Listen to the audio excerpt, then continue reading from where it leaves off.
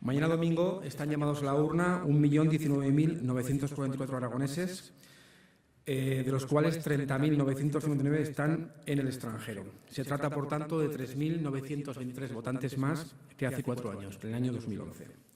De ellos han votado por correo ya han depositado su voto 23.324. Supone un descenso, ya que en el año 2011 votaron en Aragón 25.613 personas. Repito los datos: hace 4 años 25.613, este año 23.320. Los aragoneses que están temporalmente en el extranjero sí que se ha producido más voto. En el año 2011 hubo 92 votos y en este año ha habido 257 votos.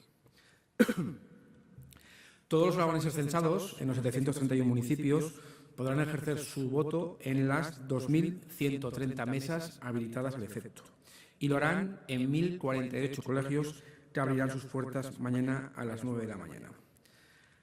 Concurren a estas elecciones en el voto municipal, en los votos al Gobierno de Aragón, a las Cortes de Aragón, 44 candidaturas en las 3 provincias, en las 3 circunscripciones, para los cuales se han impreso casi 19 millones de papeletas y 6.387 manuales de mesa para los presidentes y para los vocales de cada una de ellas, casi 500 manuales menos que en 2011.